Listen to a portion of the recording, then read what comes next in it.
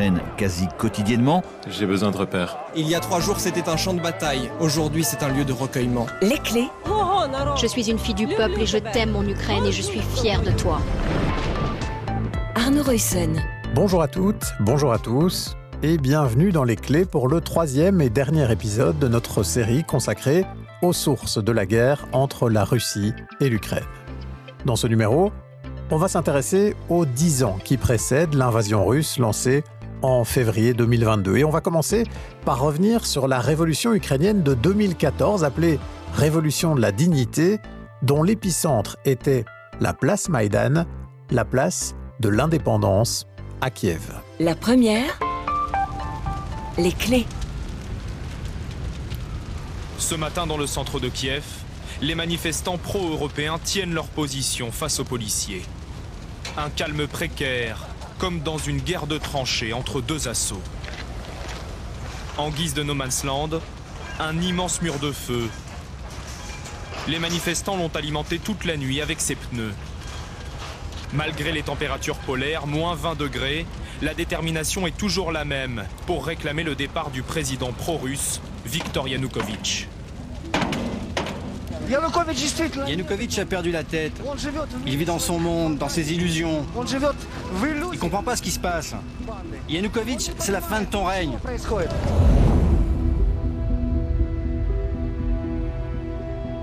Nous sommes en février 2014, à Kiev, capitale de l'Ukraine. Quelques jours plus tôt, le président ukrainien pro-russe, Viktor Yanukovych, a annoncé qu'il ne comptait pas signer un accord d'association négocié avec l'Union européenne et préférait à la place un accord avec la Russie de Vladimir Poutine. C'est le déclenchement de la révolution de la dignité, appelée aussi la révolution de Maïdan. Et pour en comprendre les causes, on va d'abord essayer de bien comprendre avec la sociologue et politologue Anna Colin-Lebedev quelle était la situation de l'Ukraine en 2014 sous la houlette du président Yanukovych. Viktor Yanukovych est au pouvoir depuis quelques années lorsque la révolution a lieu. On se doute bien, en fait, au moment où il est élu, que les clans qu'il représente, qui sont les grands milieux d'affaires de l'Est du pays, seront plutôt valorisés.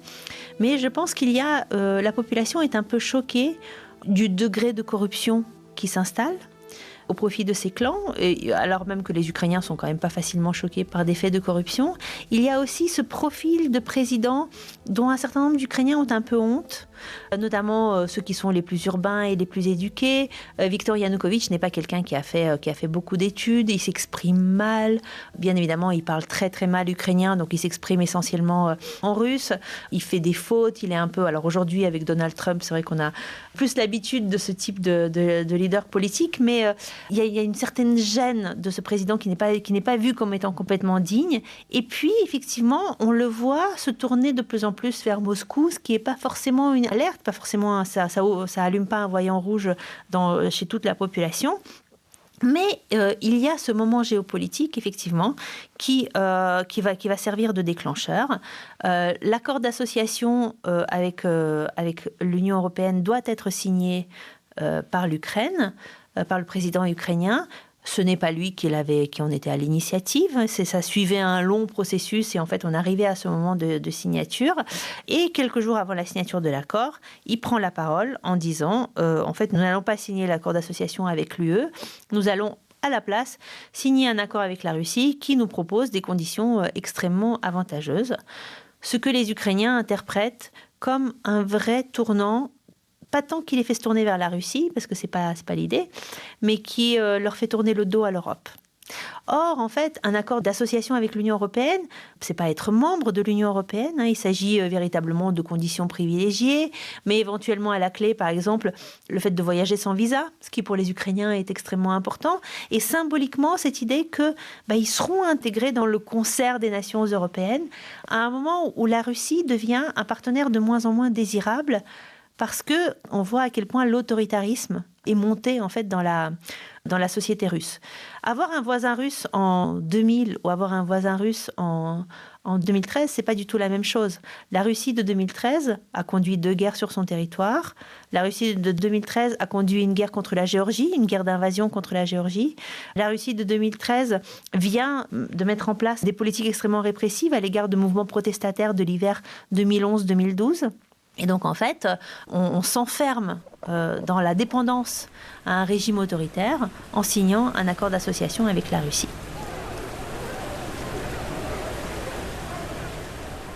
C'est donc, avec en toile de fond, un mécontentement d'une large partie de la population vis-à-vis de Viktor Yanukovych, mais aussi avec la crainte de se retrouver en dépendance face au régime autoritaire de Vladimir Poutine en Russie, que va démarrer en février 2014 la révolution.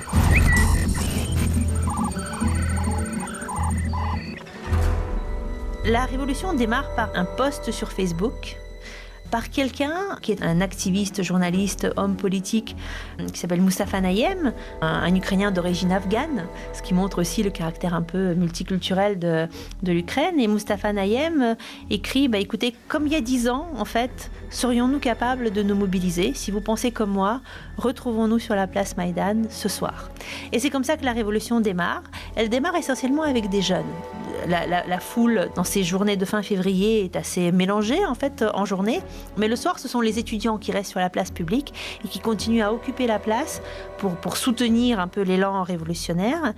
Et c'est là que Viktor Yanukovych fait, en fait, une erreur fatale qui met le feu aux poudres, une erreur qui lui sera fatale, qui met le feu aux poudres et qui transforme véritablement la nature de la révolution. Quelques jours après son démarrage, il décide de faire évacuer les étudiants pendant la nuit et donc désoccuper la place centrale de la ville de Kiev et envoie les forces de l'ordre qui tabassent les étudiants.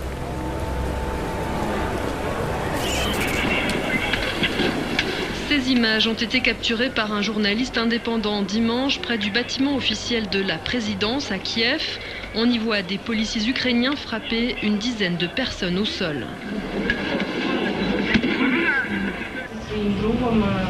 Mon mari et un ami, un étudiant, sont juste allés place de l'Indépendance pour soutenir le mouvement, dit l'épouse de l'un des manifestants interpellés. On est allé à l'hôpital, mais on n'a pas pu le voir car il était traité comme un prisonnier, raconte cette femme.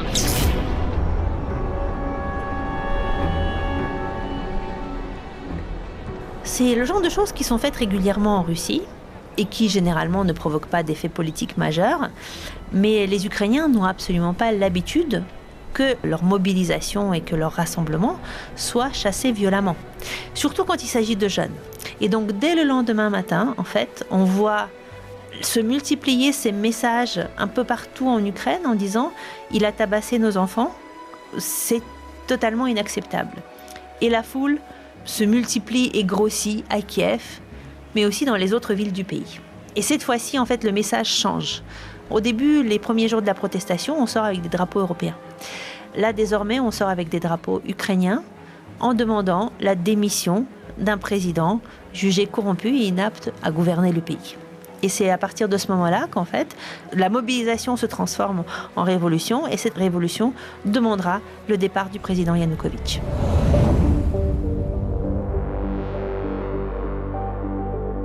La situation va alors s'envenimer. Et au centre de Kiev, cela vire à la bataille rangée entre les révolutionnaires et les forces de l'ordre.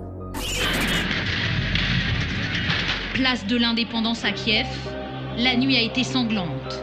La ligne de front s'est transformée en ligne de feu. Forces de l'ordre d'un côté, plus de 20 000 manifestants de l'autre. Et le face-à-face se poursuit jusque dans les rues adjacentes. À balles réelles.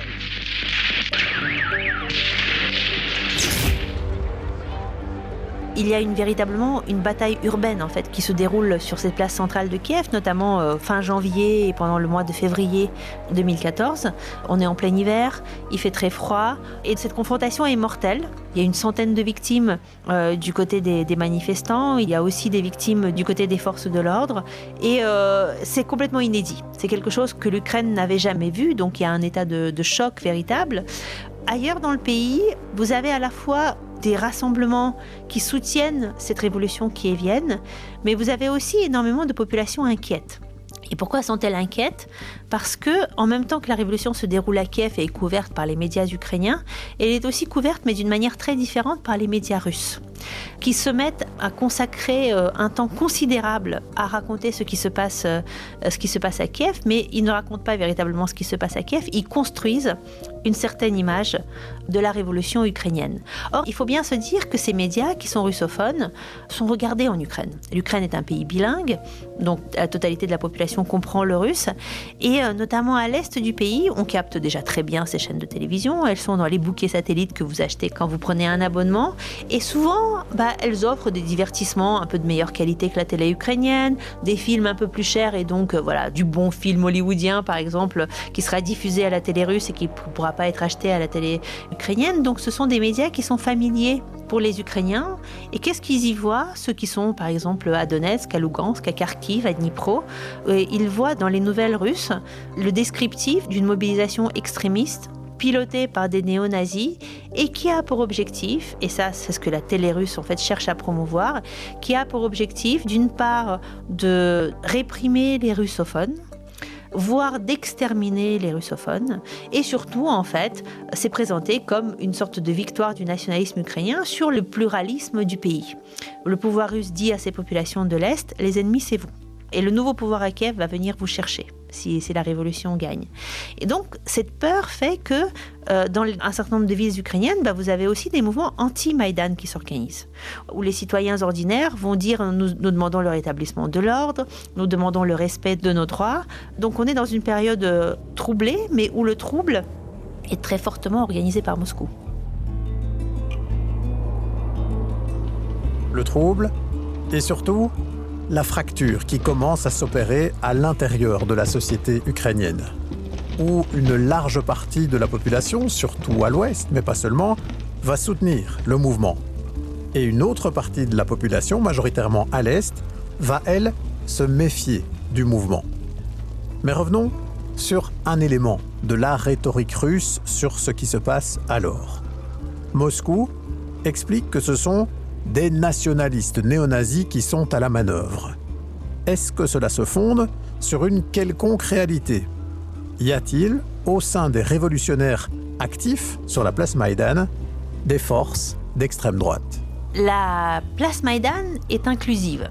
Et c'est une de ses principales caractéristiques, c'est-à-dire qu'on considère que tous ceux qui souhaitent voir le pouvoir de Viktor Yanukovych renversé peuvent se rassembler et être visibles et identifiés sur la place Maïdan. Et donc en fait, sur le Maïdan, vous avez notamment des tentes. Chaque parti politique va avoir sa propre tente, mais aussi vous avez des églises qui vont avoir leur tente, les villes qui vont avoir leur tente. C'est une espèce de QG comme ça où on se rassemble et où on va afficher sa symbolique. Tous les mouvements politiques, quasiment, à part les mouvements d'extrême gauche, sont présents sur la place centrale de Kiev à ce moment-là. Et bien évidemment que le parti ultranationaliste Svoboda est présent avec sa signalétique et qu'un certain nombre de mouvements moins structurés, mais ultranationalistes aussi, sont présents. La révolution est tout à fait dans leur lignée. Faire renverser un président favorable à la Russie, je dirais, pour un nationaliste ukrainien, c'est complètement dans la continuité de son combat historique. Donc ils sont là. Ils n'ont pas plus de place que les autres, mais en revanche, ils sont visibles. Ils sont visibles pourquoi ? Parce qu'ils ont extérieurement une signalétique très présente. Et quand vous voyez défiler, les groupes d'extrême droite sont souvent des groupes assez militarisés. Quand vous les voyez défiler avec des battes de baseball, ma foi, on les voit beaucoup plus que le manifestant qui est là, assis dans une tente de parti politique. Leur présence ne se passe pas sans heurts, en réalité, sur la place Maïdan, parce qu'un certain nombre de personnes ne sont pas contentes de les voir aussi visibles.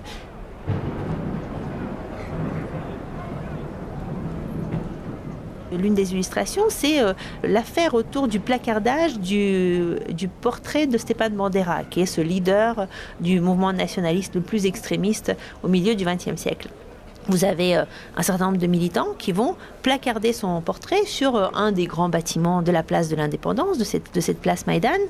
Et puis, le lendemain, ça va être enlevé par les autres, qui ne sont pas d'accord pour que cette figure soit présente. Et le surlendemain, ça va être replacardé. Donc en fait, c'est aussi, comme souvent en Ukraine, il n'y a pas consensus sur ces figures ambiguës de l'histoire. Mais bien évidemment, les médias russes sont là au moment où le portrait est placardé et bien présent. Et bien évidemment, ils sont là pour filmer des hommes en cagoule armés de bâtons. Pour parler de ça, moi j'ai utilisé la métaphore de la goutte de poison. Les manifestants d'extrême droite ne sont qu'une goutte en fait dans la foule de ceux qui se rassemblent sur la place Maïdan. Mais en même temps, dans le discours russe, cette goutte de poison s'est diffusée et a empoisonné l'ensemble de la mobilisation. Et donc tous ceux qui sont là sont censés être favorables à ces mouvements d'extrême droite, ce qui est bien évidemment pas le cas. Et pourtant, ce sera un ingrédient très puissant du discours russe jusqu'à aujourd'hui encore, puisque Vladimir Poutine défend son intervention en Ukraine en expliquant qu'il vient combattre des nazis au pouvoir aux portes de la Russie. Mais revenons à 2014 et à cette révolution qui va finir par renverser Viktor Yanukovych qui prendra la fuite vers la Russie. Les révolutionnaires sont donc parvenus à faire tomber le président. Mais au même moment, dans l'est du pays, et en particulier dans la péninsule de Crimée, la Russie va profiter de cette situation pour avancer ses pions. Fin février, lorsqu'on sent que la révolution est en train de gagner et que le président en place est en train de fuir le pays, en même temps, on voit arriver des acteurs qu'on n'arrive pas immédiatement à identifier, à la fois à l'est du pays, en Crimée, et qui commencent par commencer à organiser tous les partis politiques qui leur seraient favorables, tous les mouvements politiques qui leur sont favorables, tâter du terrain. On a une sorte d'arrivée d'agents avant l'arrivée des forces armées. Et puis, au même moment que la révolution se termine et gagne à Kiev, la Russie profite d'une sorte d'élitement de l'État ou de fragilité de l'État qui a lieu à ce moment-là, c'est-à-dire un pouvoir est renversé par un autre, c'est un pouvoir intérimaire. Vous avez un certain nombre d'élites locales qui se posent la question, est-ce qu'on doit reconnaître le nouveau pouvoir de Kiev ? Vous avez les forces de l'ordre qui ne savent pas trop de quel côté doit aller leur loyauté, comme souvent en situation révolutionnaire. Et ils profitent de ce moment-là, effectivement, pour faire arriver, dans un premier temps, des troupes en Crimée, des troupes sans insigne, que les Ukrainiens appelleront les petits hommes verts, pour les décrire, qui ne disent rien, qui refusent de répondre de qui ils relèvent, mais qui désarment très efficacement les garnisons ukrainiennes présentes sur ce territoire, qui s'installent, qui occupent en fait militairement la péninsule et organisent un référendum entre guillemets, c'est-à-dire un scrutin sous contrôle d'hommes armés dans lequel les populations sont censées avoir demandé la sécession de la Crimée et son rattachement à la Fédération de Russie. Un an plus tard, la Russie reconnaîtra que les petits hommes verts étaient bien des soldats russes. Mais ce qu'elle ne reconnaîtra pas, par contre, c'est qu'elle a utilisé la même stratégie dans d'autres régions de l'Est de l'Ukraine.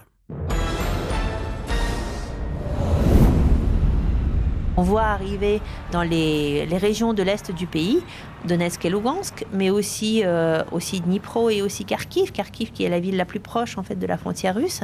On voit arriver, en plus de ces agents un peu politiques, des hommes armés et des hommes apportant des armes qui en fait vont s'allier là aussi avec un certain nombre d'acteurs locaux pour prendre le contrôle des administrations locales et déclarer des républiques séparatistes.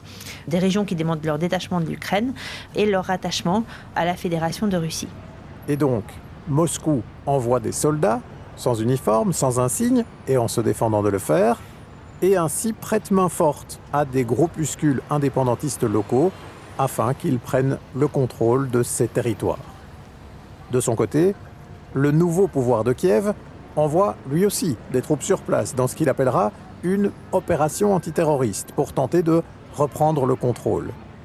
Et ces soldats qui sont envoyés par Kiev vont se rendre assez rapidement compte qu'ils n'ont pas seulement face à eux des mouvements indépendantistes locaux. Pour ceux qui combattent, en fait, il n'y a pas de doute qu'ils combattent contre la Russie tout au long des années 2014-2022. Dès 2015, moi je commence à faire des entretiens avec les combattants à partir de 2015 et ils me racontent tous ce gilet pare-balles fabriqué en Russie et ce casque avec cousu à l'intérieur le numéro de l'unité militaire russe qu'ils retrouvent sur le front et qu'ils retrouvent sur les combattants russes qu'ils tuent. Et donc pour eux, il ne fait pas de doute en fait que c'est la Russie qu'ils ont en face. Aux yeux de la communauté internationale, c'est beaucoup moins clair. Parce qu'à ce moment-là, on a effectivement d'authentiques mouvements séparatistes qui sont organisés par Moscou, mais qui sont néanmoins portés par des locaux, qui sont là. Et donc, il est beaucoup plus simple aussi, aux yeux de la communauté internationale, de considérer qu'il s'agit d'une guerre civile qui donc ne concernent pas véritablement l'Europe. Il y a des sanctions qui sont adoptées à l'encontre de la Russie, mais disons, l'action des pays européens n'est pas du tout à la mesure de la première phase, ce qui était en train de se passer. Et je pense que pour la Russie, ça a été à la fois un test et un marqueur, en voyant qu'elle pouvait tout à fait avancer sur le territoire ukrainien, avancer ses pions sur le territoire ukrainien, sans finalement que les États d'Europe de l'Ouest aient la volonté de réagir. Est-ce qu'on peut décrire ce qui vit alors justement dans la population ukrainienne de ces parties de l'Est du pays, où on a une population russophone importante? Parce que vous le dites, la Russie vient appuyer aussi sur des mouvements séparatistes qui existent quand même là-bas sur place. Est-ce qu'on a une idée de la part de personnes qui, dans cette partie-là de l'Ukraine, sont vraiment beaucoup plus tournées vers la Russie, ont des volontés d'indépendance? Comment est-ce qu'on peut apprécier ça? La situation évolue beaucoup pendant ces 8 ans de guerre, parce qu'il y a eu quand même 8 ans de conflit armé. Au début, je pense qu'il y a surtout une crainte instillée par la Russie de ce qui se passe à Kiev et une incompréhension. Et puis ensuite, dans certaines régions, l'État va reprendre le contrôle. L'État ukrainien va reprendre le contrôle. C'est par exemple le cas de la région de Kharkiv et de la région de Dnipro, où là, en fait, les mouvements séparatistes vont être assez vite écrasés. C'est beaucoup dû aux stratégies, non pas à la volonté de la population, par exemple. Vous voyez, Kharkiv est vraiment la ville la plus proche de la frontière russe. Après tout, on pourrait se dire que là, le pouvoir russe aurait dû s'implanter beaucoup plus facilement.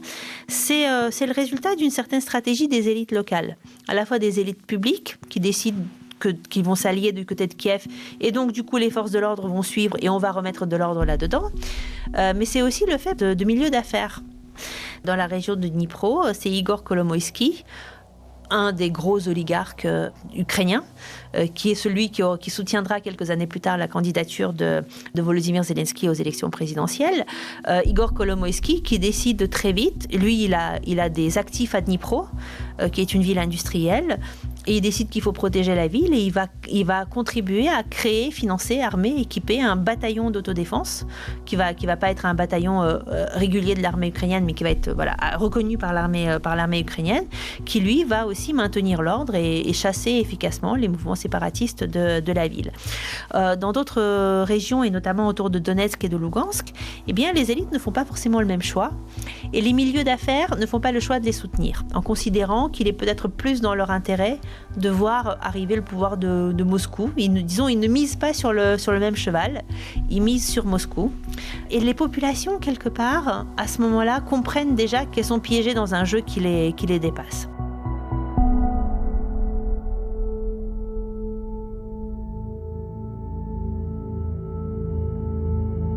Un jeu qui les dépasse entre les intérêts des oligarques locaux, entre la Russie qui cherche dans une guerre par proxy à détacher du pouvoir de Kiev ces régions de Donetsk et Lugansk dans le Donbass, des régions qui vont rapidement, on l'a dit, se proclamer comme républiques indépendantes.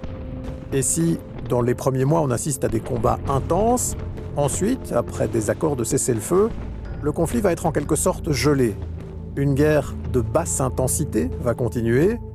La Russie va distribuer massivement des passeports russes aux habitants de ces républiques autoproclamées, mais ne cherche pas, officiellement en tout cas à ce moment-là, à les intégrer à son territoire, à la Fédération de Russie.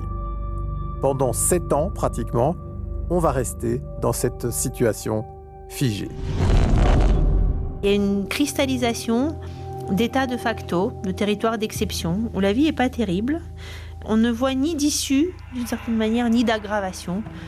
Et rien n'annonce, et ça c'est un élément assez surprenant, rien n'annonce dans ces années-là l'agression de haute intensité et l'invasion de haute intensité que Moscou va lancer en février 2022. Qu'est-ce qui fait alors selon vous qu'à un moment donné, la Russie va décider en 2022, de manière visiblement surprenante même pour ces régions-là qui étaient pourtant, et pour les élites de ces régions-là qui étaient pourtant déjà alors vraiment tournées vers Moscou et qui pour certaines espèrent un rattachement, qu'est-ce qui fait que la Russie va décider alors d'une invasion telle qu'elle le décide en février 2022 ? On n'a pas encore cette réponse. Je pense qu'elle nous sera apportée à un moment donné par des documents historiques et par des témoignages. Mais pour l'instant, ce moment de déclenchement, nous n'en comprenons pas complètement en fait la rationalité. D'autant que, en réalité, quand on regarde ce qui se passe en Ukraine à ce moment-là, et quand on regarde l'état de l'armée russe à ce moment-là, la Russie avait plutôt des signaux négatifs qui auraient pu lui parvenir. En tout cas, le Kremlin pouvait disposer de signaux négatifs. Qu'est-ce que je veux dire par là ? Ces 8 années de guerre d'intensité variable, mais qui ont été subies par l'État ukrainien sur son territoire, ont profondément transformé la société et ont profondément transformé les forces armées ukrainiennes. D'une part, la société, qu'on avait décrit précédemment comme plutôt démobilisée entre la révolution de 2004 et la révolution de 2014, s'était considérablement mobilisée face à cette menace. Vous avez des citoyens qui se sont engagés en masse dans les forces armées. Vous avez des citoyens à l'arrière qui ont organisé des initiatives incroyables de soutien aux combattants, d'équipement des forces armées, mais qui ont aussi en fait demandé des réformes parce qu'ils voyaient que cette armée était inefficace. Et donc une armée qui était existante, mais qui était extrêmement fragile et défaillante lorsque la guerre démarre en 2014, au fur et à mesure des années, elle s'était consolidée, formée, équipée, et elle a acquis une expérience au combat. Et la société à l'arrière, elle avait bien conscience de vivre en guerre. Et donc, il y a aussi un certain nombre de choses qui se sont organisées, les gens se sont préparés, les gens se sont formés. L'Ukraine de la veille de l'invasion russe de février 2022, c'est pas du tout la même que l'Ukraine de la veille de l'annexion de la Crimée en 2014. Et ça, on se pose la question, pourquoi est-ce que le Kremlin ne l'a pas vu ou a considéré que ce n'était pas un facteur qui était important à prendre en compte ? Il était évident que l'Ukraine résisterait. Donc le moment semblait véritablement mal choisi. Et puis par ailleurs, la Russie a, je pense, elle a sous-estimé les Ukrainiens, elle a surestimé aussi les capacités de ses propres forces armées. L'une des hypothèses que l'on peut formuler, c'est que pour Vladimir Poutine, il s'agissait là d'un moment d'opportunité politique, avec sa popularité qui recommençait à baisser. Et c'est vrai qu'on a vu une constante sur ces décennies au pouvoir, c'est qu'à chaque fois que sa popularité baisse, il va utiliser une opération à l'extérieur du pays pour faire remonter son prestige. Et donc peut-être que l'opération en Ukraine lui paraissait une bonne idée. Les observateurs internationaux ont été surpris, les Ukrainiens ont été surpris, et les Russes ont été surpris également, la population russe. Parce que la guerre que les Ukrainiens, eux, ont vécue au jour le jour pendant 8 ans, était complètement sortie des consciences et des perceptions de la population à l'intérieur de la Russie. Elle était vaguement dans les actualités, mais pas au point d'en être un élément important. Les Russes n'avaient absolument pas conscience qu'il se passait quelque chose dans le Donbass, ce qui les a amenés, je dirais, à croire d'autant plus facilement le discours qui leur a été servi par Moscou pour accompagner l'attaque de février 2022. Comme ils ne pensaient rien, quand le pouvoir leur a dit en fait la situation c'est celle-là, il y a un risque de génocide contre les russophones par le pouvoir pro-nazi de Kiev, parce qu'ils n'avaient pas d'idée, d'une certaine manière ça rendait les choses plus faciles à avaler.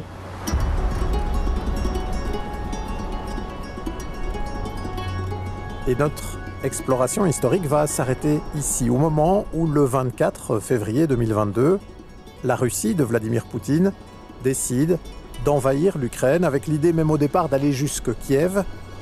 Une guerre qui, 4 ans plus tard, dure encore avec un coût humain gigantesque tant du point de vue militaire que civil.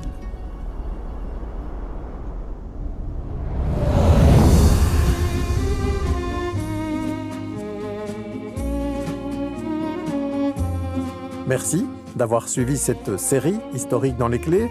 Merci surtout à Anna Colin-Lebedev, sociologue et politologue, maître de conférences à l'Université de Paris-Nanterre, de nous avoir accordé le temps d'un entretien aussi approfondi, avec toute la rigueur de son travail de chercheuse spécialiste de cette période. Merci à Antoine Duhartz pour la réalisation sonore de cet épisode, à Sarah Pousset pour les recherches dans nos archives. Je vous rappelle que cette série comptait 3 numéros. Les autres sont bien sûr sur Ovio et sur toutes vos plateformes de téléchargement.